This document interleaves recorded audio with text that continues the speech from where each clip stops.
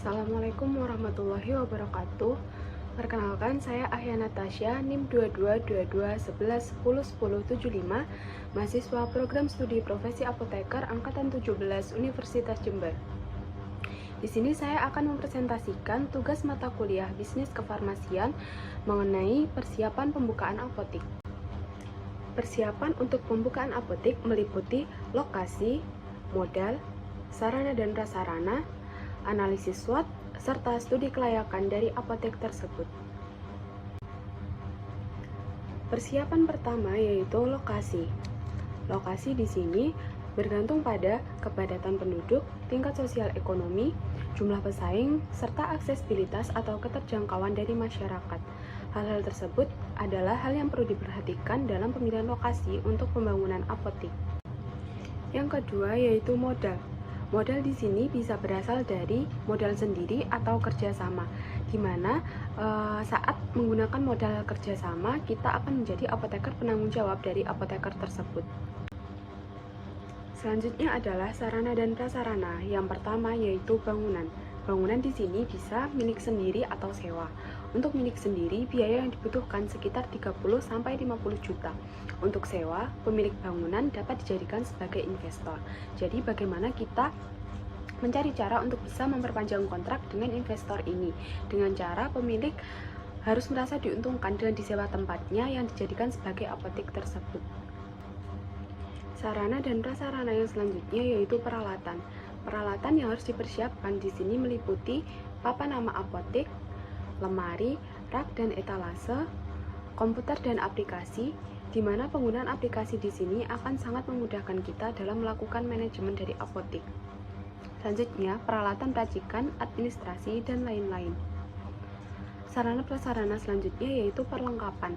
Perlengkapan di sini meliputi ATK serta wadah pengemas dan lain-lain. Selanjutnya adalah analisis SWOT. Analisis SWOT merupakan suatu metode analisis perencanaan strategis yang digunakan untuk memonitor dan mengevaluasi lingkungan perusahaan, baik lingkungan internal atau SW dan eksternal atau OT untuk suatu tujuan bisnis tertentu. SWOT sendiri merupakan akronim dari strength atau kekuatan. Contohnya di sini yaitu SDM yang kompeten.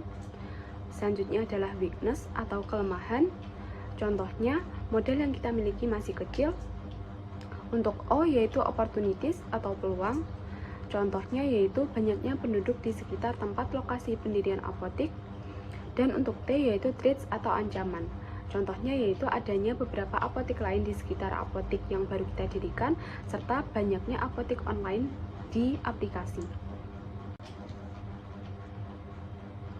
Selanjutnya adalah matriks SWOT. Jadi di dalam analisis SWOT tersebut terdapat faktor internal dan faktor eksternal. Faktor internal adalah faktor dari dalam diri kita, yaitu kekuatan dan kelemahan. Faktor eksternal adalah peluang dan ancaman. Jadi, berdasarkan analisis dari kedua faktor tersebut, dapat dipetakan suatu matriks SWOT seperti pada slide. Strategi yang pertama yaitu strategi SO. Berdasarkan hal tersebut, kita harus bisa menemukan kekuatan kita untuk dapat mengambil peluang. Strategi selanjutnya yaitu strategi WO, di mana kita harus bisa meminimalkan kelemahan kita untuk bisa memanfaatkan peluang yang ada. Strategi yang ketiga yaitu strategi ST. Strategi ini terkait dengan ancaman, bagaimana kita bisa menggunakan kekuatan kita untuk menghindari atau menghadapi ancaman tersebut. Strategi yang keempat yaitu strategi WT, di mana kita harus bisa meminimalkan kelemahan untuk bisa menghindari atau menghadapi ancaman. Hal-hal tersebut di atas merupakan hal-hal yang harus benar-benar diperhatikan saat akan melakukan pendirian suatu apotek. Selanjutnya adalah studi kelayakan apotek. Di sini dilakukan survei pendahuluan terhadap posisi strategis daerah atau peta lokasi dan keberadaan kompetitor untuk calon apotek tersebut. Yang harus diperhatikan yaitu yang pertama adalah kekuatan atau strength dari apotek yang akan kita dirikan.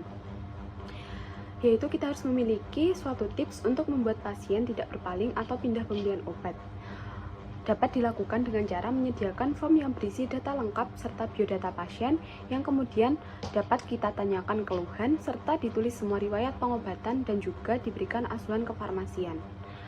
Selanjutnya yaitu memperhatikan kelemahan atau weakness, di mana apotek yang kita dirikan merupakan apotek baru yang belum dikenal oleh masyarakat serta belum mempunyai langganan yang loyal. Hal ini harus diperhatikan ketika kita harus bisa melakukan personal branding dari apotek terkait.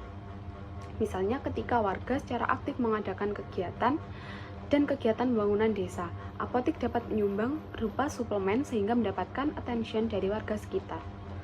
Selanjutnya adalah yang harus diperhatikan yaitu aspek lokasi, yang meliputi kepadatan penduduk. Semakin banyak penduduk di sekitar apotek, maka kemungkinan apotek kita akan mendapat perhatian warga akan semakin besar. Selanjutnya adalah aspek sosial ekonomi yang meliputi tingkat pendidikan serta pekerjaan, aspek pasar, tentang bagaimana sekitar kita ramai atau tidak sehingga akan mengaruhi penjualan dari apotek kita. Untuk aspek SDM, di mana di sini adalah SDM internal. Bagaimana kita sendiri mau membantu atau mengajari asisten kita untuk memberikan pelayanan yang sebaik mungkin. Aspek selanjutnya yaitu aspek teknis dan teknologi, di mana kita membutuhkan dukungan aplikasi yang akan dapat mendukung usaha kita untuk berkembang. Aspek selanjutnya yaitu aspek manajemen dan keuangan, di mana di sini kalau kita sudah menggunakan suatu manajemen yang baik, maka kita akan cukup mudah untuk melakukan manajemen dari apotek kita. Selanjutnya adalah aspek hukum. Di sini meliputi legalitas dari apotek, STRA, SIPA, dan SIA. Selanjutnya adalah studi kelayakan berupa beberapa poin-poin penting yang harus diperhatikan. Yang pertama yaitu BEP atau Break Even Point. Break Even Point atau titik impas merupakan suatu kondisi di mana laba yang dihasilkan memiliki nilai yang sama dengan nilai yang dibutuhkan untuk proses produksi. Dapat dikatakan titik impas ketika jumlah keseluruhan pendapatan sama dengan jumlah keseluruhan pengeluaran dalam setiap produksi barang atau jasa. Pada posisi ini, laba akan bernilai nol mutlak atau dapat didefinisikan tidak untung dan juga tidak rugi. Selanjutnya adalah PP atau Payback Period. Payback Period atau periode pengembalian modal adalah suatu jangka waktu yang diperlukan untuk mengembalikan nilai investasi yang telah dikeluarkan. PP ini menunjukkan kapan modal akan kembali didapat dari laba bersih yang telah dihasilkan. Selanjutnya adalah ROI atau Return on Investment, merupakan suatu perbandingan antara laba bersih atau keuntungan yang dikurangi biaya dan pajak dengan total investasi atau modal yang dikeluarkan atau ditanam.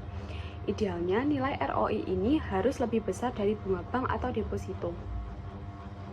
3 poin di atas merupakan gambaran perhitungan langkah kita untuk dapat mencapai BEP. Di sini BEP harus tercapai pada bulan pertama ketika kita membuka apotek tersebut. Kalau BEP tidak ada dalam 3 tahun, sebaiknya kita mengevaluasi kembali kinerja dari apotek kita. Untuk PP diusahakan secepat mungkin, artinya ketika kita mengelola apotek, kita harus maksimal agar dapat meningkat seiring berjalannya waktu. ROE diusahakan untuk bisa sebesar mungkin agar laba bersih bisa lebih besar dari modal. Ketiga hal tersebut biasa dipakai untuk melakukan analisis SWOT. Selanjutnya adalah parameter di mana suatu usaha atau bisnis dapat dikatakan layak untuk dibuka atau didirikan, yaitu jika usaha atau bisnis tersebut profitable. Nah, bagaimanakah cara usaha atau bisnis tersebut dapat dikatakan profitable? Nah, yang pertama yaitu kita harus selalu memberikan hasil laba bersih dengan selalu memberikan rasa syukur besar seperti profitable tadi, di mana biaya lebih tinggi daripada hasil. Yang kedua yaitu mengedepankan prinsip pasien oriented yang telah dijelaskan dengan melakukan pelayanan swamedikasi langsung kepada pasien, serta dengan pemanfaatan teknologi, di mana kita harus memaksa diri kita untuk dapat melek teknologi sehingga dapat maju dan berkembang. Namun, lalu kemudian apakah yang harus kita lakukan? Yaitu yang harus kita lakukan adalah menjadi unik atau beda. Beberapa cara yang dapat kita lakukan untuk menjadi unik atau beda tersebut yaitu yang pertama, dengan membuat nilai tambah sehingga apotek kita dapat berbeda dari apotek yang lain. Yang kedua yaitu dengan mengusahakan faktor kali, di mana sesuatu yang dapat membantu menginformasikan nilai tambah kita tersebut kepada keluarganya atau temannya atau karyawan dan pelanggan atau konsumen yang lain. Selanjutnya adalah kita memberikan pelayanan yang baik dan memuaskan. Pelayanan di sini merupakan nilai tambah yang paling sulit untuk ditiru. Pelayanan yang memuaskan akan membuat konsumen atau pelanggan kita semakin bertambah dan semakin loyal. Konsumen atau pelanggan yang puas akan dengan sukarela menginformasikan ke keluarga dan teman-temannya. Selanjutnya adalah memposisikan diri kita sebagai pelanggan. Prinsip dari perlakuan ini yaitu kita harus memperlakukan pelanggan seperti bagaimana kita ingin diperlakukan. Perhatikan bagaimana cara kita dalam melayani pelanggan sebelum dan saat pelanggan sudah menerima pelayanan kita. Selanjutnya adalah menjaga database dari pelanggan. Serta yang terakhir adalah pengelolaan pelanggan atau Customer Relationship Management atau CRM. Di sini adalah tentang bagaimana kita membuat pelanggan kita bertambah atau membuat pelanggan menjadi loyal dan menjadi langganan dari apotek kita. Salah satu cara yang dapat dilakukan yaitu dengan kita menjadi bagian dari perubahan, misalnya menjadi apotek online dan bekerja sama dengan beberapa aplikasi seperti Halodoc. Baik, sekian pemaparan materi dari saya. Apabila ada perkataan yang salah atau kurang berkenan, saya mohon maaf yang sebesar-besarnya. Akhir kata, wassalamualaikum warahmatullahi wabarakatuh.